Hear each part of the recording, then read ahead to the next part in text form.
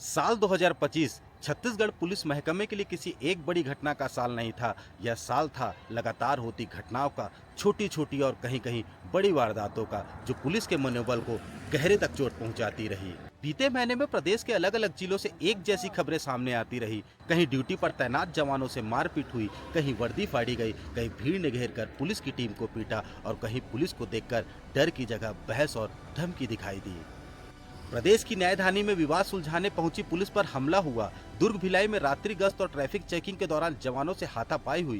राजनांदगांव और कोरबा में प्रदर्शन और औद्योगिक क्षेत्रों के दौरान पुलिस की टीम को घेर कर पीटा गया। राजधानी रायपुर में भी थानों के बाहर हंगामा और बदसलूकी की घटनाएं सामने आई। घटनाएं अलग अलग थी, लेकिन संकेत एक ही दे रही थी, वर्दी का असर अब कमजोर पड़ता दिखलाई पड़ रहा है। इसी सिलसिले में रायगढ़ जिले के तमनार से एक और घटना सामने आई। छत्तीसगढ़ के तमनार से आया यह वीडियो सबको स्तब्ध कर देने वाला वीडियो था। शायद यह 2025 का सबसे बुरा और शर्मनाक वीडियो था। यह वीडियो सिर्फ बेबसी नहीं दिखाता, यह उस तंत्र को भी उजागर करता है जहां अफसरशाही की नाकामी के बीच जन आंदोलनों में हालात बेकाबू होते दिखाई देते हैं। ड्यूटी पर तैनात एक महिला आरक्षक के साथ मारपीट की गई। बताया गया कि उनकी वर्दी फाड़ दी गई और पुलिस की टीम को भीड़ के दबाव का सामना करना पड़ा। यह घटना इसलिए भी चुभती है क्योंकि यह किसी अंधेरे कोने में नहीं, बल्कि ड्यूटी के दौरान सार्वजनिक रूप से हुई है।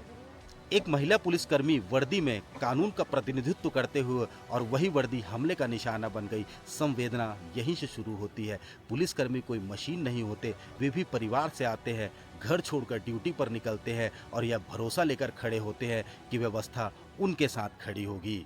छत्तीसगढ़ पुलिस की यह भी एक सच्चाई है। बीते कई महीनों से प्रदेश में पूर्णकालिक स्थायी डीजीपी नहीं मिल सका है। प्रभार है, दफ्तर चल रहा है, आदेश निकल रहे हैं, लेकिन पुलिस जैसे बल में स्थायित्व तो सिर्फ कुर्सी का नहीं, संदेश का होता है। जब शीर्ष पर स्थायित्व तो नहीं होता तो नीचे तक अनिश्चितता उभरती है। न सख्त संदेश जाता है और न ही यह साफ होता है कि संकट की घड़ी में आखिरी जिम्मेदारी किसकी है। और यहीं से सवाल उठता है। बताया जाता है कि जिस समय तमनार में महिला आरक्षक के साथ यह घटना घट रही थी, उस समय पुलिस के आला अफसर इलाके के रेस्ट हाउस में मौजूद काजू किशमिश खा रहे थे। यह बात किसी आरोप की तरह नहीं, बल्कि एक बेचैन करने वाले सवाल की तरह सामने आती है। जब फील्ड में वर्दी पिट रही हो तो नेतृत्व कहाँ होना चाहिए? क्या संकट के समय पुलिस बल को सिर्फ आदेश चाहिए या फिर एक साथ खड़ा नेतृत्व भी? यह सवाल किसी एक अधिकारी के खिलाफ नहीं है, यह सवाल पूरे सिस्टम से है। जब पुलिस पर हमला होता है तो सिर्फ एक जवान पर हमला नहीं होता, वह उस भरोसे पर हमला होता है जिसके सहारे कानून टिका होता है। अगर वर्दी ही सुरक्षित नहीं तो फिर कानून का डर किसे होगा? 2025 छत्तीसगढ़ पुलिस के लिए एक चेतावनी की तरह दर्ज होगा कि कानून व्यवस्था सिर्फ आदेशों से नहीं, स्थिर और मौजूद नेतृत्व से चलती है। आज की खबर में बस इतना ही। इसी तरह की खबरों के लिए बने रहिए हमारे साथ। हमारा पता है जनसंवाद टुडे। अगर खबर अच्छी लगी हो, सब्सक्राइब करें, लाइक करें और शेयर करें। धन्यवाद।